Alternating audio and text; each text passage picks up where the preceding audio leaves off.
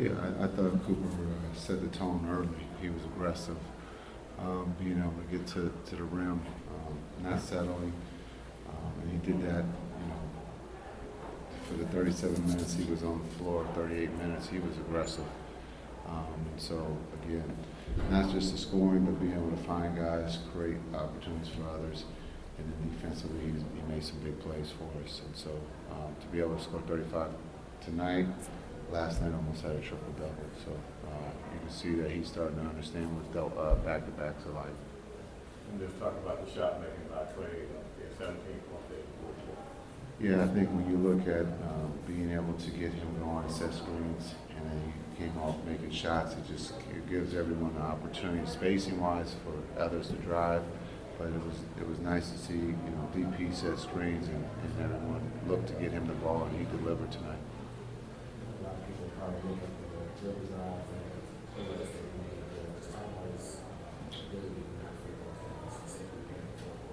Who's that, Coop? Yeah, Coop. Again, he did it all tonight. He had the ball. We call it point guard or whatever, but he ran the offense for us. He drove the ball. The ball touched the paint. He got to the rim. He got to the free throw line. He stepped up and made free throws for us late. Just his composure. On both ends, he competes at a very high level, and you saw that, tonight, but you saw that last night too, with the atmosphere, electric with the Lakers. He doesn't skip a beat. He's only 18 years old, but it seems like he's been in this league, before, and he plays the game the right way. So it was fun to watch him play tonight. Early in the fourth quarter there, he had knocked out his winner. He mentioned a couple of turnovers a little bit there. How did you see him be able to kind of settle down and finish strong after that? Yeah, I think just, helping him understand when he spins, they're going to be there. When you're playing a veteran ball club, they can set you up that way, and they did. And so just understanding, he stopped spinning, and he just kept straight lining and understanding if they're going to make him spin, he's got to be prepared to be strong with the ball, make plays. And again, he did that. Unfortunately, we might not have made the shot, but he made the right plays. And so his ability to understand what teams are trying to do to him is at a very high level, and you saw that on display tonight. Jason, you guys have been on the wrong end of some close losses this season. Does getting a win like this give you any more confidence that this hole that you kind of dug early, you can get out of it? Just give your guys Well, that last part of that question is kind of interesting. We lose a guy before the national anthem. So we get guys back. I think when you look at the close games, it's only going to make us better, as the season goes on, but that doesn't mean that adds up to wins. We got a young team out there. When you talk about 22 years old as a two-way starting, 18-year-old Cooper Flagg and Max Christie at 22. So just the experience that these young men are going through, we're playing a lot of close games. And we all hate to lose. It doesn't, feel good. But this group plays hard. And so you can see it again tonight after a game with LA, with the Lakers, who played hard. Unfortunately, we just didn't make shots at the end. They did, but this group is quick to push forward, and they did that tonight. But again, we lost another one on the three that the ball bounced and he stepped on it and twisted his ankle, and that'd be a PJ. Naji steps in and plays it. I think Naji's been playing extremely well for us too. Just talk about, of course, just kind of segue into it, but just talk about losing PJ that way and how you had to adjust last week to everybody on offense. Yeah, it's tough when PJ's playing at a high level for us, and he's, again, a freak accident. He steps on the ball as the horn goes off and twists his ankle. But again, Naji steps up, and I thought, again, he was big for us. Caleb defensively was big. DP, I think, career high in steals tonight with 6. So, there was a lot of things that happened that, guys, next man up mentality. And so, great team win. Again, Cooper was great, but DP, I thought he played extremely well for us at the center position. So did Musa. But there was a lot of key plays down the stretch, and that's coming from playing in close games. Win or lose, we're showing some maturity here. So, So going on that first half of Chris Paul's about to check in, you and share and all these other things. Wondering if you can share with you guys just what your relationship is like between you two. Yeah, I think just asking him, what's he going to do after he retires.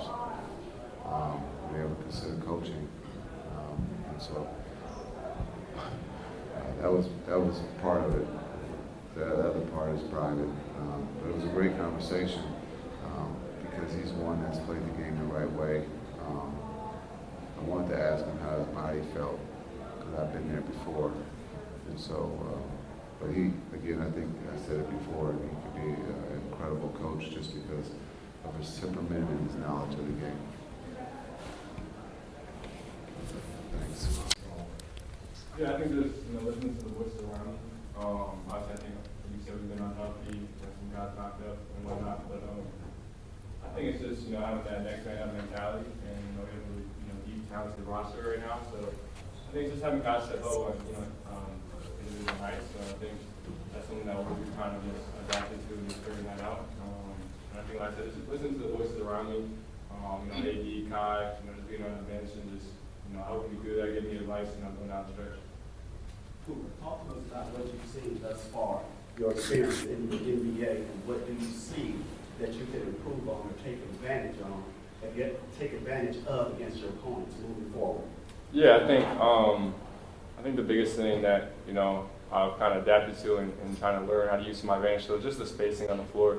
Obviously that's one of the biggest changes from college to this level is just, figuring out the spacing and how to kind of pick apart defenses using that spacing to our advantage. So I'm continuing to learn how to, use that and use it to our team's advantage.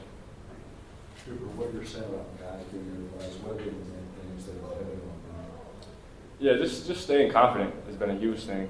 Obviously, it's not easy when things aren't going your way and losing a lot of games. But we play a lot of games. There's a ton more games to go, and so they've just been with me every step of the way of just keeping my confidence high and helping me. Even it's just little things. Watching certain plays back on the bench when I come out of the game, grabbing an iPad and just dissecting certain plays. Things they saw that I could have done better, and just little things like that. Cooper, how is the spacing different in the NBA compared to college? It's just more space. Obviously, these are the best of the best players, and when you have guys at a high level that can space the floor and shoot it, there's not as much help. There's more space in the court, so I think that's a part of it. Is just having guys out there. I mean, like Klay tonight, just came alive down the stretch for us, and was just so key, just knocking down huge shots. And then when he's on like that, it just opens up lanes for everybody else. And when you feel like you do have more space, are you like, all right, I've got more, I can drive more? Like, do you feel like that going into games, like there's more driving lanes for you? Yeah, I think that's been a big thing, is just getting downhill, making the defense collapse, and then just making the right plays out of that, whether it's playing off two and going to finish, or finding the corner or finding the open man. Lauren Jones, Olympics .com right here. Cooper, so you mentioned that gotten a lot of advice from your vets. What's the single piece of advice that you've gotten from any of the NBA players currently that kind of tests that work with? I think something that it's come from a lot of different people is just not to second guess anything. Don't second guess yourself ever. I'm here for a reason. Gone through every step of the way and been myself. So just not to second guess myself. Anytime, anywhere, and just be who I am. You're ready to connect with a lot of take us through the third quarter. Yeah, just another one of those plays, like I said, just getting downhill. Playing with pace, playing with poise. But sometimes, you just have to make an athletic play and just raise up over the top. And obviously, you get explain the league and have a lot of records. When you hear your second youngest to have 30 points in the game, it's what goes through your mind. It's obviously, it's an honor. It's pretty cool to be in this position, and I just feel blessed, just to, have this opportunity to be here in this league and play through it and, be able to do things like that and, have incredible teammates and coaches around me that, put me in positions to do this. Do you think of yourself as a scorer? I see myself as an impact player. Scoring is part of impacting the game, and I think I can score the ball at a high level for sure. Cooper, since you came into this team with high expectations, you being the first overall pick, do you feel like there's more of a weight and a load on your shoulder to kind of carry this team, even though the record may show otherwise, that the expectation that come on your shoulders? I mean, I don't feel any added pressure. I think, you know, I feel like it's how it is. You know, it's our team, and like I said earlier, you know, it's each individual night can be somebody else's, and we just have guys stepping up and making plays, and you know, being aggressive right now is obviously right for me, and that's what coach has stressed me a lot. Is just got to be aggressive, and we'll live with some of the mistakes, but you just have to be aggressive and trust all the work. And you know, my teammates are extremely confident in me, and I feel that, and when they're confident in me, it just enables me to just be free out there. First off, congrats on being the second youngest player to reach the milestone you did. But for me, I think that was what's been very impressive about you is how you get to your spots. At the start of the game, you got to the elbow. A lot of times you've been seeing a lot of double teams. You get to the nail where you can't send a double team to you, and you're making the right pass reads. You have 11 assists, and today you got 35 and 8. For you, like, what's been like the biggest thing that you've seen in terms of like making your reads, getting to different spots, and just having a high IQ out there? And I think that's something that's really sticking out about you right now. Yeah, I think a big part of that is just knowing personnel as well. You know, obviously you got to know certain guys' tendencies. You know, a lot of people talk about offensive tendencies and what guys like to do, but you know, defensive tendencies is a big part of the game as well. You know, there's certain guys that you know are coming off other people to, you know, come help, and when you turn your back, and that's something that I'm going to keep getting better at. Like tonight, I thought down the third, fourth quarter, I had a bunch of careless turnovers. Just I knew they were coming. You know, I'm turning my back, but it's got to be smarter. So those sort of things, like you can just learn that, and you know, once you get kind of elite at reading those sort of things, it just opens up, you know, a whole other world of just being effective. Thank you, guys. I didn't see it, so this next man up, something that's been on my mind the whole year. Hopefully PJ okay. What did you think about what Coop did offensively tonight? Same thing he's been doing. He's the ball went in more times than usual today. Not usual, but more times than it's been throughout the season. 35 on them boys. What stands out to you about the way he attacks? Just a dog, big guard, very physical. Like you could say at Baja, so I love his game, and I know as he goes on, he's just going to grow. The Baja?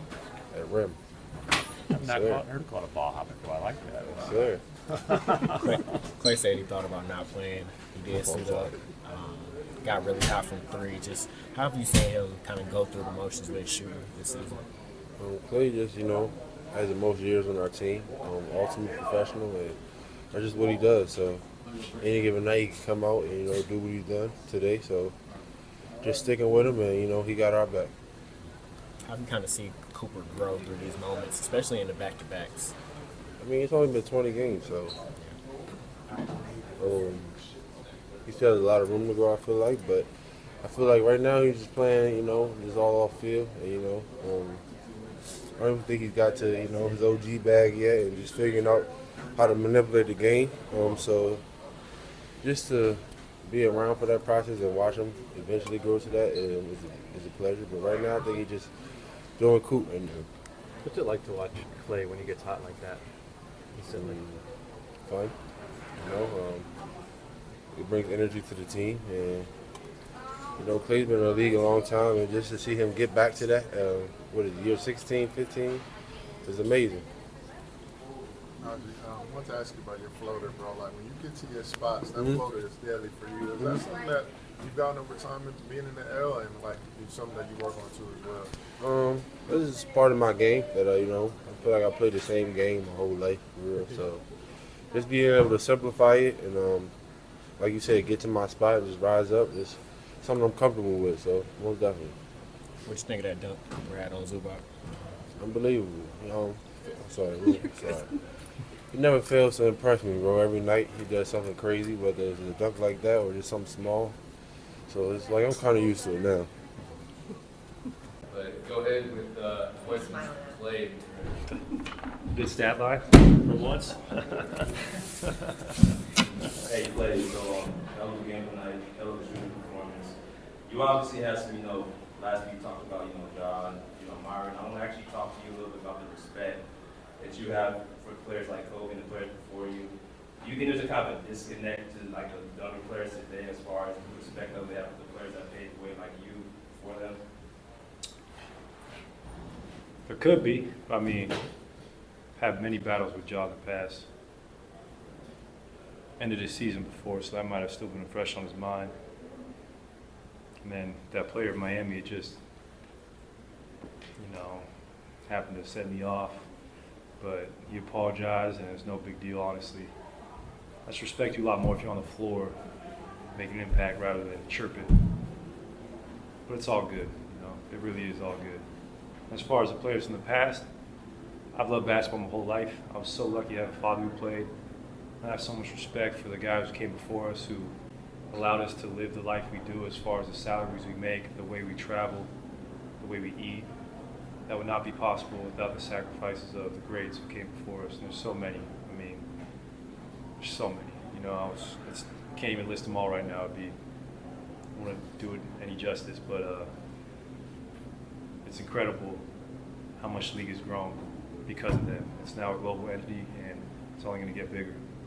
Players smiling over the sideline, what makes you the most pleased? Probably Cooper's 35-point night. I mean, to do that against some incredible defenders in Kawhi and Batum is very impressive.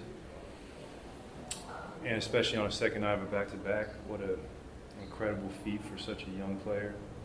And 38 minutes, I mean, that dunk he had over Zubac was probably the best, one of the few best dunks he's had all year. So you see his potential in being a superstar. And even for myself, I knew I was due for a game like this where I shot the ball efficiently, and I know it's still in me to sway games into our favor and help us win. And it's crazy because I wasn't feeling too well after last night's game, and I thought about sitting out, but then I was like, man, I'm playing 20, 25 minutes. I got to be out there with my guys. I got to be out there. Klay, how do you make the hardest shots? And they look easy, but the ones you typically make are the hardest ones to make. Well, they don't look good when I miss them. So when I do make them, I've been doing it for so long. I trust in my ability to regress to the mean as far as my shooting percentages and just being able to get hot. And I haven't been the best starter throughout my career, so I know if I stick with my routine, I'll get better with each passing month. Klay, talk to us about Cooper's upside and your chemistry with him and where you feel he's going in the future. I mean, Cooper's upside is limitless. He has every tool to be great. Sometimes I can't believe he should be a freshman in college or a sophomore, whatever he should be. And I said this before the season. I just want to show him how much this means to me, being out there every night, being on the floor with him. I might be in the last chapter of my career, but I still believe I have a lot to give, and he's just beginning. So it's really cool to see that develop. I always remember this clip. I'm not saying he's going to be Kobe, but I remember this clip of Byron Scott looking in the camera, talking about how great Kobe's going to be when he was 18 years old. And I feel like B. Scott sometimes, just the old wise veteran, and got the future of the franchise to my side. So it's pretty cool to be a part of, and we're all going to be witnesses to what he's going to do for a long time. I mean, he's been showing flashes all season. You've had a lot of those type of hot streaks you had in the fourth quarter, but what did this one feel like for you? Felt like a relief. Haven't shot the ball well these first 20 games, or at least to my standard. So when you have a night like that, after the tough start we've had, it just gives you belief to keep going, and really inspires me to be out there as much as I can. I said this a couple weeks ago that my goal this season is to be the most consistent presence in the lineup, and I know how much work goes into being able to do that, so I'm going to continue being out there for my guys as much as I can. You mentioned the thing, it was the foot, right? So then you gradually out in the end. Yeah, it was my knee. My knee was a little sore, a little stiff. Okay. Yeah. And What kind of happened there for you to go, and then obviously that changed pretty quickly? To be honest, I jumped in the ocean today and went to the beach. And anytime you touch the earth, it just gives you energy. Went to my boat. God, that was beautiful to see. Go to the harbor. And I just said, man, I know I'm sore, but this is when your character is revealed. Like, I could have easily sat out tonight because I've been really sore. I've been tired, mentally fatigued, but man, I don't have much basketball left in me, you know. Been in this for 15 years now. If I get to squeeze out a few more years, I'll be lucky. Like, that's so. Every night out there is really a blessing. I remember years ago in the final piece of that, you have struggles with YouTube Game 6 Klay, something like that. Is that something that you still do from time to time? Well, not just Game 6 Klay. I YouTube my college highlights, high school highlights, and anytime you can see how far you've come, it always gives you a sense of gratitude. And even before the Laker game last night, I was watching my Pac-10 tournament highlights, and I'm so blessed to play in Staples since I was 19 years old. And at this point, it's all gravy, still being able to do what I love, and I'm going to make the most of it while I can. I think they hit the reset button right before the game started, and found out PJ wasn't going to be able to. Oh man, you gotta have the next man up approach. We went through this last season. We were banged up the whole season, and it was fun. Like, I'm gonna look back on those times. Everyone thinks you look back on the championship years with the most joy, but literally every season is a blessing. And just being able to be out there with your guys, fighting tooth and nail, and trying to scratch and claw for wins is great memories. And I enjoy every day in a Mavs jersey.